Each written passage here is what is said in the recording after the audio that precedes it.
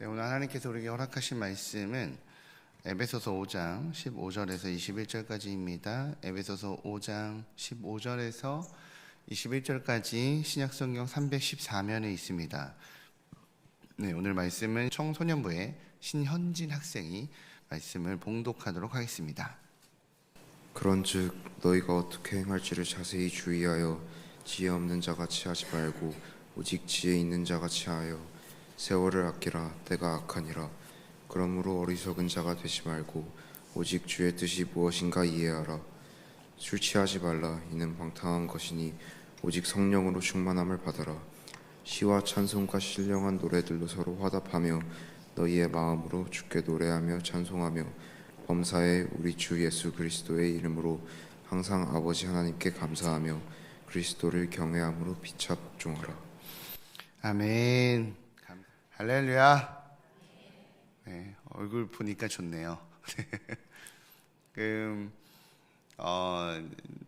교통사고가 났는데 이제 한 젊은이랑 우리 목사님이랑 교통사고가 난 거예요. 그래서 교통사고가 너무 심하게 꽉 나서 차가 완전히 이제 못 쓸 정도로 심하게 부서진 거죠. 그런데도 불구하고 이 젊은이도 이 목사님도 몸이 하나도 안 다친 거예요. 그러니까 이 젊은이가 목사님을 향해서 목사님 정말 하나님의 은혜입니다. 하나님께서 살려주셔서 우리 몸이 하나도 다치지 않았다고.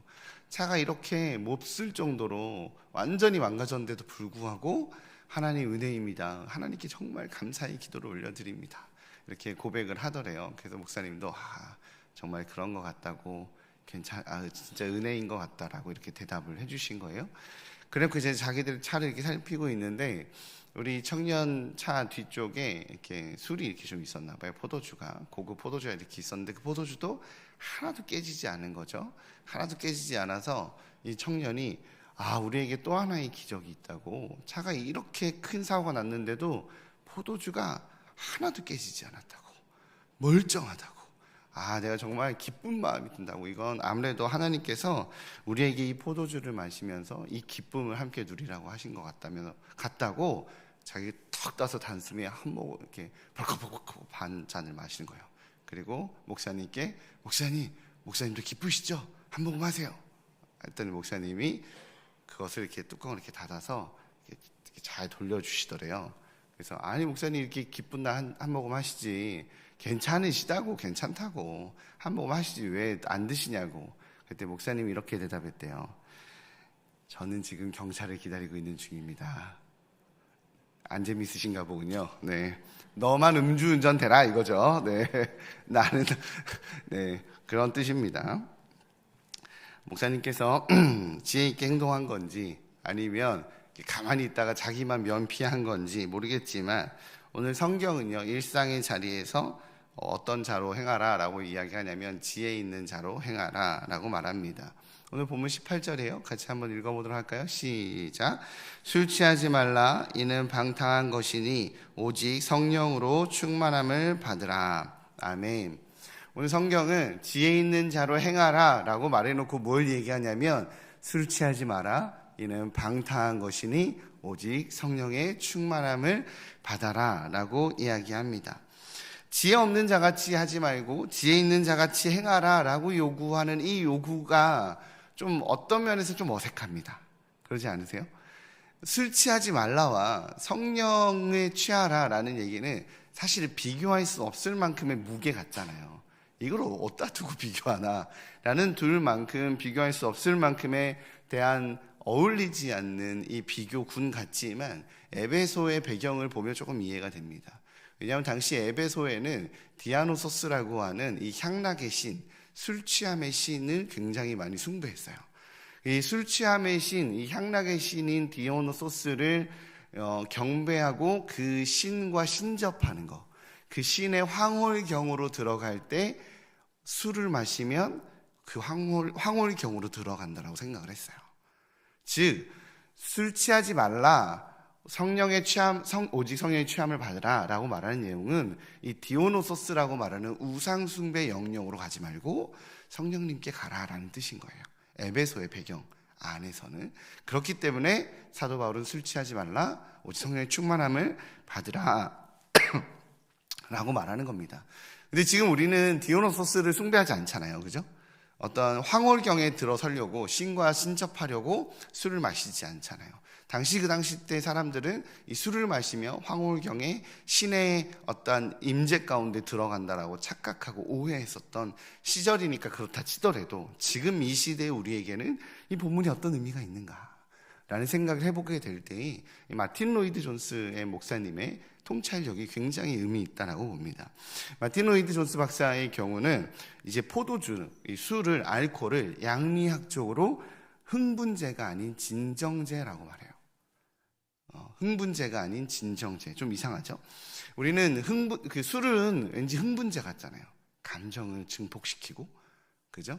행동을 증폭시키고, 막 마음을 흥분시켜서, 그렇게 사람을 만들어내는 것이 알코올인 것 같은데, 마틴 로이드 존스 목사는 이 술은, 알코올은 흥분제가 아니라 진정제라고 말합니다. 억제제라고 말해요.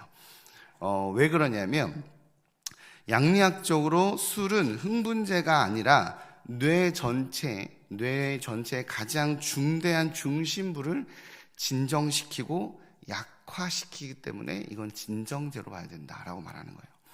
병리학적으로 뇌의 중심부에는 절제, 지혜, 이해, 분별, 판단력, 균형 등의 능력을 부여하는 곳인데 술이 들어가면 이 뇌 중심부의 기능이 진정되고 약화되고 제대로 발휘를 못한다는 거예요. 그렇기 때문에 오히려 상황을 지혜롭게 판단하고 지혜롭게 선택할 수 있는 능력이 억제되어져 버린다는 거예요. 술이 우리를 격동시키는 것이 아니라 술이 뇌를 마비시키기 때문에 제대로 판단하지 못하게 만드는 것이다.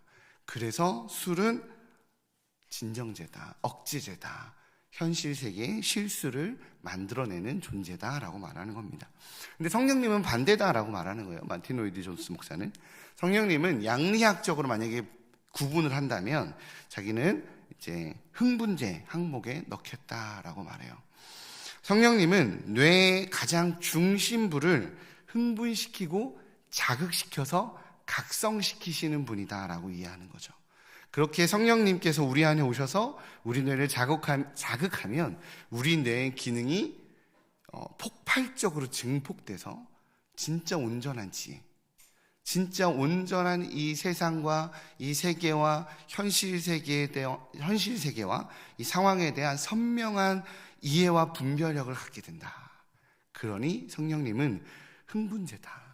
그래서 성령님이 우리 안에 오시면 우리 뇌를 자극하기에 온전한 판단력이, 탁월한 지혜가, 때에 맞는 행동이, 정확한 사리 판단이, 균형감이 성령의 충만함을 통해서 드러나게 된다라고 말하는 거예요.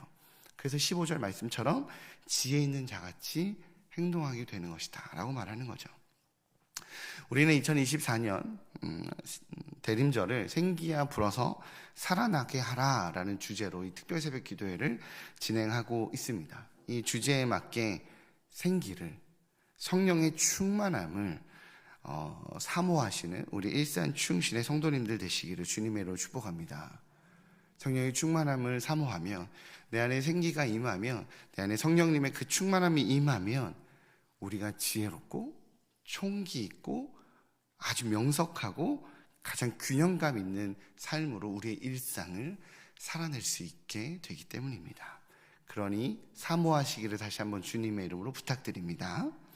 그러면 성령의 충만함으로 얻게 되는 이 지혜 있는 자의 삶, 성령의 충만함이 얻게 돼서 나타나는 아름다운 일상이 뭐냐? 첫 번째는요, 찬양하는 자가 된다는 거예요. 찬양하는 자. 우리 19절이에요. 같이 한번 읽어보겠습니다. 시작. 시와 찬송과 신령과 노래들로 서로 화답하며 너희의 마음으로 주께 노래하며 찬송하며. 아멘. 성령의 충만함을 받은 자는 시와 찬송과 신령한 노래로 찬송하는 자가 된다라고 성경은 이야기합니다. 여기서 시라고 말하는 이 헬라어 프살모스는요, 사도행전에 나오는 초대교회가 예배할 때 인용했었던 구약의 시편들을 말하는 겁니다. 이것이 시라는 뜻인 거고요. 또한 찬송이라는 단어는 출애굽 시절에 하나님께서 이스라엘 백성들을 구원한 그 역사, 그 유월절의 은혜를 고백하는 것이 여기서 말하는 찬송이에요. 따라서 시와 찬송은 과거 애굽에서부터 이 우리를 구원하신 이가 하나님이시다라고 말하는 바로 그 사건들, 홍해를 가르시고 우리를 해방시키시고 노예에서 인도하신 그 하나님이 우리 하나님입니다 라는 것을 고백하는 것을 말하는 거고요. 마지막으로 노래라고 번역된 이 헬라어 오데라는 단어는 죽음의 권세에서 승리를 거두신 하나님의 어린 양, 바로 예수 그리스도를 찬양하는 것을 의미합니다.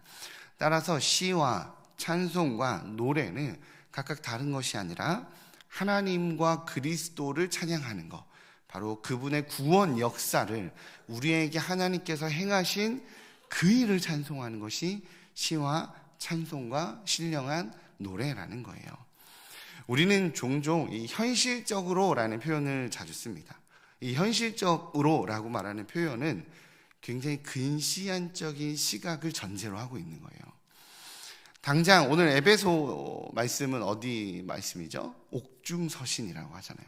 사도 바울이 감옥에 있을 때 AD 61년에 봄에 로마에 도착해서 감금되어 있을 때 썼었던 말씀이 이 에베소의 기록입니다. 지금 바울은 어떤 상태죠? 감옥에 갇힌 상태예요.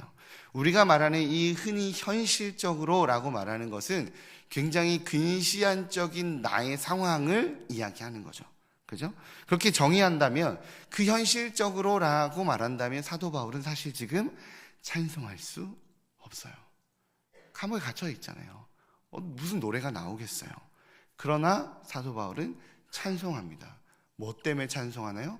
지금의 자기의 현실 때문에 찬송한 것이 아니라 내 몸이 감옥에 있다 할지라도 그것이 나의 현실이라 할지라도 우리 하나님께서 행하신 나에게 행하신 그 구원 역사가 너무 놀랍기에 그 구원 역사가 성령의 충만함으로 나의 뇌가 열리고 나의 시선을 하나님께서 증폭시켜서 그 구원의 은혜가 보이기 때문에 현실을 뛰어넘는 찬양을 고백하게 된다는 겁니다.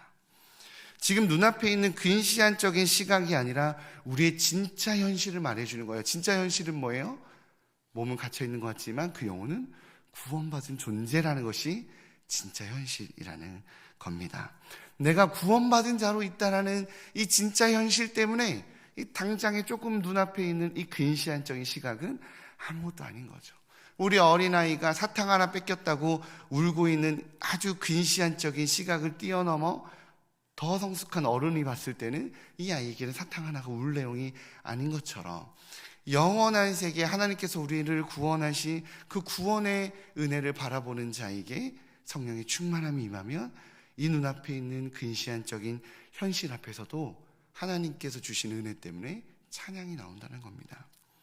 죽음의 눈앞에서 저희 할아버지가 죽음의 눈앞에서 저 높은 곳을 향하여 라고 고백할 수 있었던 이유가 뭐였냐? 지금 눈앞에 있는 현실은 죽음이지만 나의 진짜 현실은 천국 입성이기 때문에 그래요. 그 은혜가 있기에 우리의 찬송이 열린다는 거예요. 저 천국이 보이니 하나님께서 이미 허락하신 하나님 나라가 보이니 찬양할 수밖에 없다라고 말하는 거죠. 성령의 충만함을 받으면 어떻게 된다고? 이렇게 찬양하는 존재가 된다는 겁니다. 두 번째입니다. 성령의 충만함으로 얻게 되는 이 지혜 있는 자 같은 삶은요, 감사하는 자가 된다는 거예요. 감사하는 자. 우리 20절입니다. 같이 읽어보도록 할까요? 시작.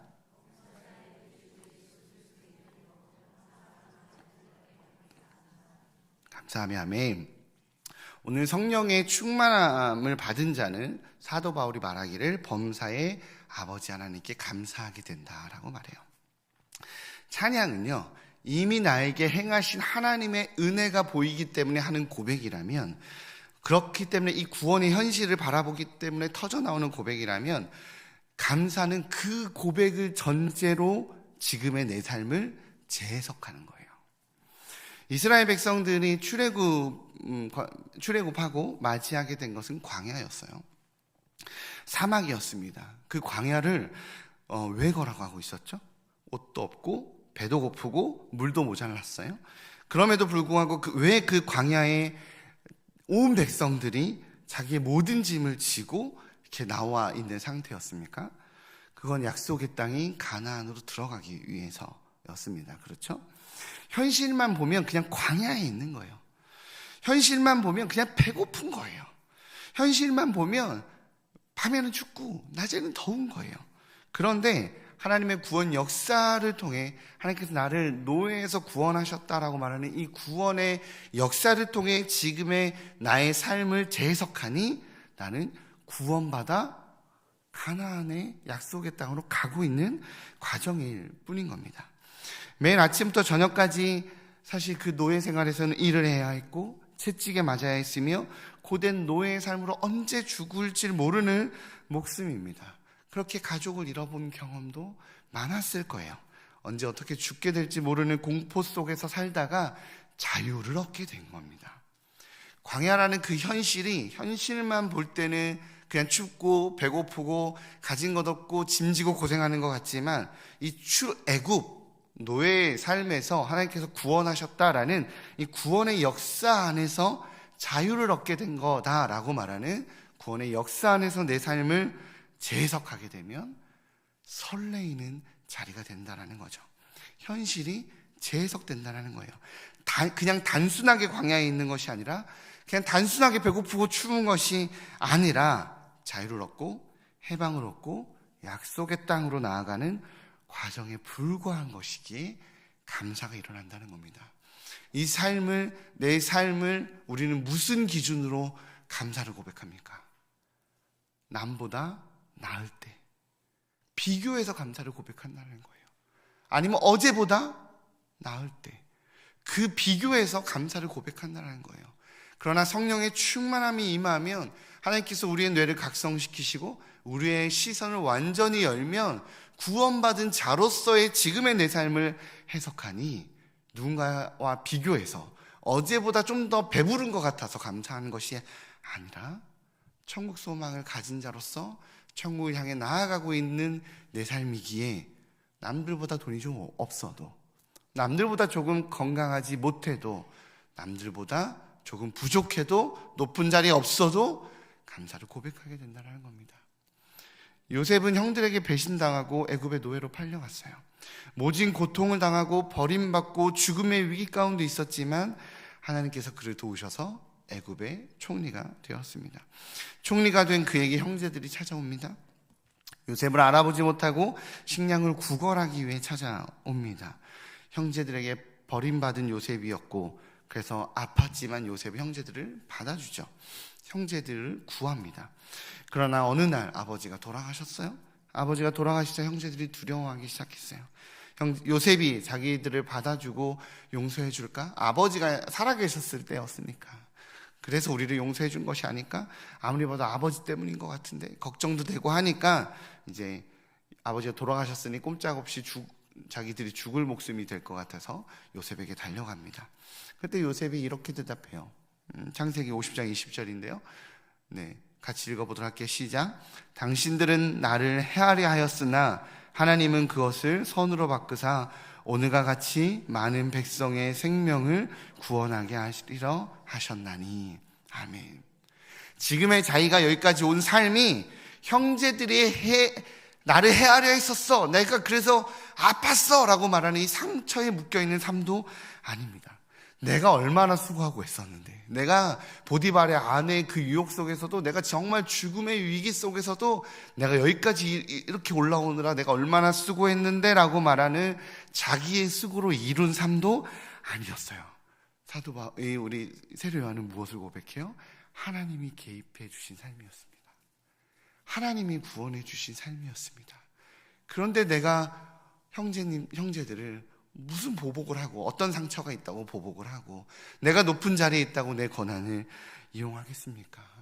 주의 구원의 역사로 얻은 구원의 삶이니 저는 그냥 감사할 뿐입니다라고 자신의 삶을 감사로 재해석하는 거죠.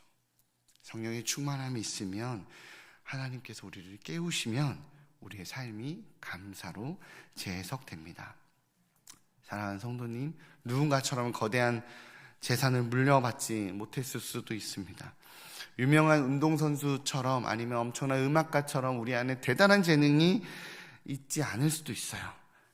세상이 말하는 금수저는커녕 흙수저도 못한 것 같은 나의 일상일 수도 있습니다. 여유가 없고 원하는 소원이 이루어지지 않아서 오늘도 새벽기도 끝나면 바로 일터로 달려나가 피곤한 몸을 이끌어야 되실 수도 있습니다. 그렇게 우리 성도님들의 눈앞이 광야 같은 현실로 보일 수도 있지만, 그러나 영원한 하나님 나라의 거룩한 백성으로 이 천국 도성으로 향하는 길 가운데 우리가 있음을 잊지 않으시기를 주님의 이름으로 축복합니다. 그러니 우리 남들보다 조금 없어도 초라하지 않습니다. 100년도 안 되는 이 땅에서의 삶은 영원한 하나님께서 허락하신 그 영원한 품과 영원한 은혜가 있기에, 우리 그 구원받은 놀라운 선물을 받으니기에 오늘의 삶을 불평하고 불안해하는 것이 아니라 감사로 재해석하기에 세상이 말하기를 저 사람은 도대체 어떤 사람들이야? 라고 고백되어지는 축복의 통로 되시기를 주님의 이름으로 축복합니다. 마지막으로 세 번째입니다. 피차 복종하는 삶이 되는 것입니다. 21절입니다. 같이 읽겠습니다. 시작. 그리스도를 경외함으로 피차 복종하라. 아멘. 사도 바울은요, 성령의 충만함으로 하나님께서 성령의 충만함이 임하면 하나님께서 행하신 그 구원의 역사, 나에게 행하신 하나님의 그 놀라운 일이 보여져서 찬양이 일어난다고 말했어요. 그 찬양이 일어나면 하나님께서 행하신 그 놀라운 일이 보이기에 지금의 내 삶이 초라해 보이는 것이 아니라 감사로 재해석된다고 했습니다. 그리고 나서 우리 하나님께서 행하신 것을 경외함으로 서로 피차 복종하게 된다라고 말해요. 그것은 이 현실에 우리가 절망하거나 좌절하거나 현실에 무언가를 더 채우려고 바둥바둥대는 삶이 아니라 앞으로 주께서 행하실 그 일에 대해서 기대하게 되는 것을 의미하는 거예요. 주님께서 그 행하실 그 일들을 함께 하나님을 바라보고 하나님의 구원 역사를 찬양하고 그 구원 역사로 지금의 삶을 재해석해내는 그 사람들과 함께 확인하며 함께 감사하며 그 일들에 대해서 함께 기대하게 된다는 겁니다. 투덜대고 투정 부리는 나눔이 아니라 비전과 소망으로 하나님께서 행하실 그 놀라운 일들에 서로 도전받는 거예요. 그런 삶을 살게 됩니다. 서로의 삶이 더 점점 닮아지고 싶어져요. 하나님의 성령의 충만한 은혜가 있는 사람을 보면 나도 저렇게 헌신하며 살고 싶다. 나도 저렇게 베푸는 삶을 살고 싶다. 나도 저렇게 선을 추구하며 살고 싶다. 나도 하나님께서 행하시려고 하시는 그 놀라운 일에 이 사람과 함께 동역하고 싶다라고 서로 피차 복종하는 삶을 살게 된다라고 말하는 겁니다. 맞습니다. 성령의 충만함을 잊게 되면 피차 복종하는 삶을 기쁨으로 여기는 존재가 됩니다. 오늘 본문에서 등장하는 이 복종하라라고 말하는 헬라어 표현은요, 휘포타소 메노이입니다. 이거는 정렬하다, 배열하다라는 뜻으로 지휘관의 명령에 따라 정렬한 군인들의 모습을 연상시키는 표현이에요. 특별히 오늘 본문에서는 이 특별한 권위를 가진 누군가에게 복종하는 것이 아니라 성령의 충만함을 얻은 이 서로에게, 모든 구성원들에게 서로 복종하게 되는 것을 말합니다. 왜 서로 복종하게 될까요? 때가 악하기 때문에 그래요. 시대가 악하기 때문에 그렇습니다. 사도 바울은 16절에 찬양하고 감사하고 피차 복종하며 어리석은 자가 되지 말고 지혜로운 자가 되라라고 말하는 이유 중에 하나가 때가 악하기 때문에 너희가 그래야 된다라고 말합니다. 세월을 아끼라고 말해요. 사랑하는 성도님들, 성령의 충만함을 입어서 하늘의 시각을 가지게 되면요, 삶이 공동체적으로 바뀌어요. 정확하게 말해서 안지나 서나 교회 생각만 합니다.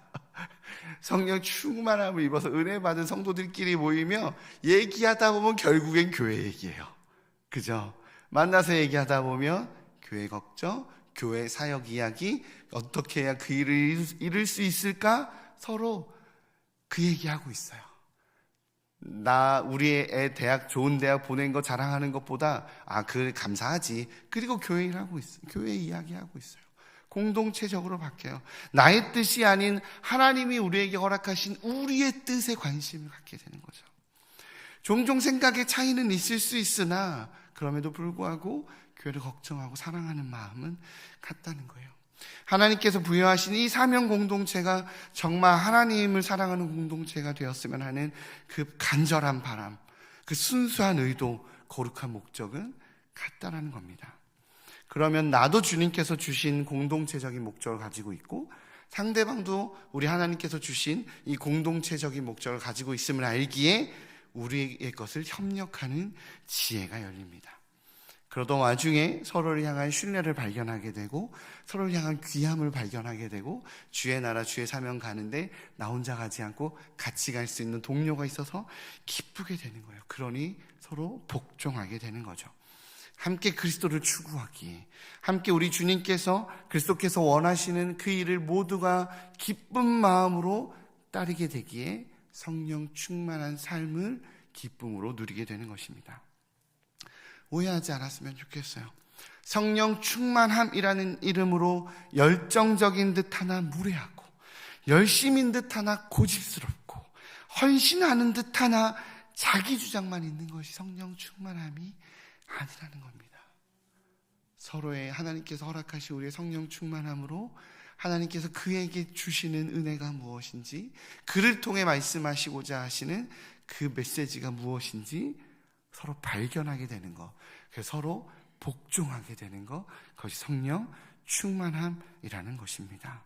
사랑하는 성도님들, 그 거룩한 높은 자존감을 하나님께서 행하신 일, 그리고 하나님께서 지금 나의 삶을 그 행하신 일로 재해석하게 만드는 그 은혜, 그리고 하나님께서 내가 너희들과 함께 행할 일이 있단다 라고 말하며 앞으로의 삶이 더욱더 기대되는 것, 그래서 나의 일상이 무기력하고 무능력하고 두려움이 아니라 성령의 충만함으로 일상이 기쁨으로 살아나는 것, 그것이 성령 충만한 삶입니다. 그러한 삶을 살아내시는 우리 성도님들 되시기를 주님의 이름으로 축복합니다. 성령의 충만함이 사모되십니까? 생기가 사모되십니까? 우리 주님은 이렇게 이야기하세요. 누가복음 11장 9절에 예수님이 이렇게 이야기하셨어요. 내가 또 너희에게 이르노니 구하라, 그러면 너희에게 주실 것이요, 찾으라, 그러면 찾아낼 것이요, 문을 두드리라, 그러면 너희에게 열릴 것이니 라고 말씀하시고 13절에 이렇게 이야기하셨어요. 너희 하늘 아버지께서 구하는 자에게 성령을 주시지 않겠느냐 하시니라. 아멘. 대단한 돌을 쌓으라고 말하는 것이 아닙니다. 대단한 헌신을 해야 성령님께서 하나님께 성령을 주시겠다고 약속하시겠다고 하시는 것이 아닙니다. 이 대림절 우리 생기야 불어서 살아나게 하라 라고 말씀하신 이 말씀 그대로를 사모하실 때, 구하실 때, 간구하실 때 우리 주님께서 우리 성도님들에게 허락하심을 신뢰하시기를 주님의 이름으로 축복합니다. 함께 기도하겠습니다.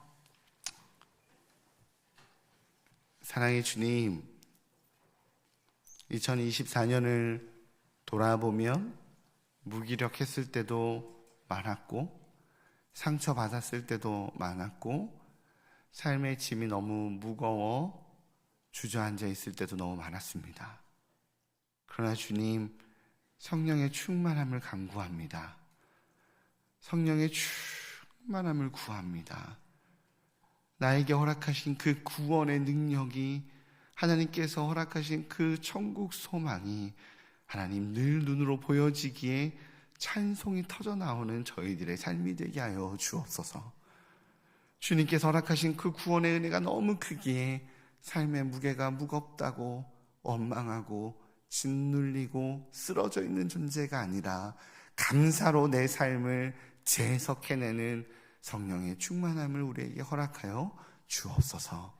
또한 주님 그 은혜가 있기에 하나님, 내가 이 땅에서 아버지의 나라, 주님께서 허락하신 귀한 믿음의 동료들과 하늘에 같이 추구하며 살아가겠습니다 라고 서로 기쁨으로 복종하며 기쁨으로 손잡고 가는 귀한 믿음의 동료들이 풍성하게 넘치게 흐르는 그 은혜를 간구하며 기대하오니 허락하여 주옵소서. 그 은혜가 넘쳐나는 우리 일산충신교회가 되길 원하여 그 성도들이 되기를 간구하여 이 대림절 특별 새벽 기도의 이 기간에 또 내 삶의 기간에 성령님을 간구합니다. 구합니다. 부르짖습니다. 추구합니다.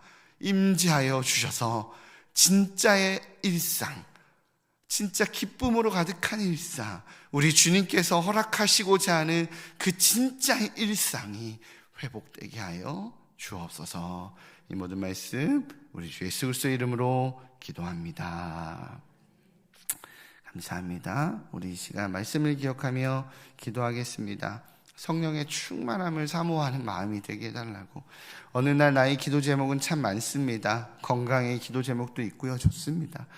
또 우리 삶의 미래에 대한 기도 제목도 있고요. 그것도 좋습니다. 자녀의 기도 문제도 있습니다. 모두 좋습니다. 그러나 주님, 그것과 함께, 아니 그것 전에 내가 성령의 충만함을 구합니다. 성령님, 나에게 임재하여 주옵소서. 나에게 임재하여 주셔서 나의 모든 뇌와 나의 모든 시각과 나를 불안케 하는 모든 것들 다 밀어내시고 하늘의 그 은혜만, 성령의 충만함만, 하늘의 시각만 갖게 하여 달라고 우리 성령님의 충만함을 구하는 자, 그 은혜를 바라보는 그 간구함을 기도하는 시간 되었으면 좋겠습니다. 교회를 위해 기도합니다. 이대 담임 목사 청빙 과정을 위해서 기도해 주시고요, 오실 목사님을 위해서 기도해 주시기 바랍니다. 교회의 새로운 리더십이 세워지는 가운데 우리가 가장 먼저 기도하고 부르짖고 하나님의 뜻을 구하는 교회가 되게 해달라고 기도하겠습니다. 혹여라도 주님, 내가 평가자의 자리에 있지 않게 하여 주십시오. 협력자의 자리에 있게 하여 주십시오. 부름받은 도역자의 자리에 있게 하여 주십시오라고 하나님의 마음을, 그 깊은 충만함을 허락해달라고 요청하는 기도하도록 하겠습니다. 나라와 민족을 위해 기도합니다. 나라가 많은 혼란 가운데 있습니다. 하나님, 이 시국에, 이 상황에 주님께서 왕으로 자정하여 주옵소서. 주님께서 우리나라에 허락하신 그 귀한 소망이 있습니다.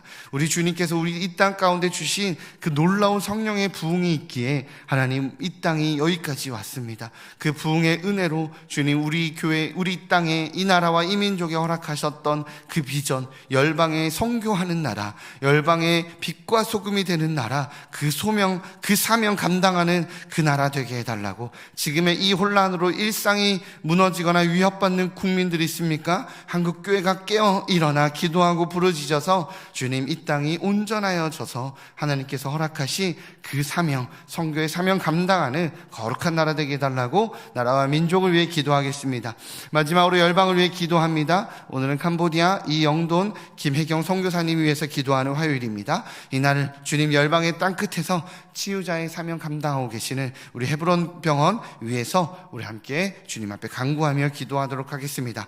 이와 같이 말씀을 기억하며 교회와 나라와 열방을 위해서 주어진 기도 제목 기도하시고 각 개인의 기도 제목 올려드리며 더 깊이 있게 하나님과 교제하시는 은혜의 시간 되시기 바랍니다. 우리 성령님의 간구함을 성령님, 주님 이 시간에 임하여 달라고 간절히 구하는 마음으로 주님의 이름 크게 한번 부르고 기도하도록 하겠습니다. 주여! 하나님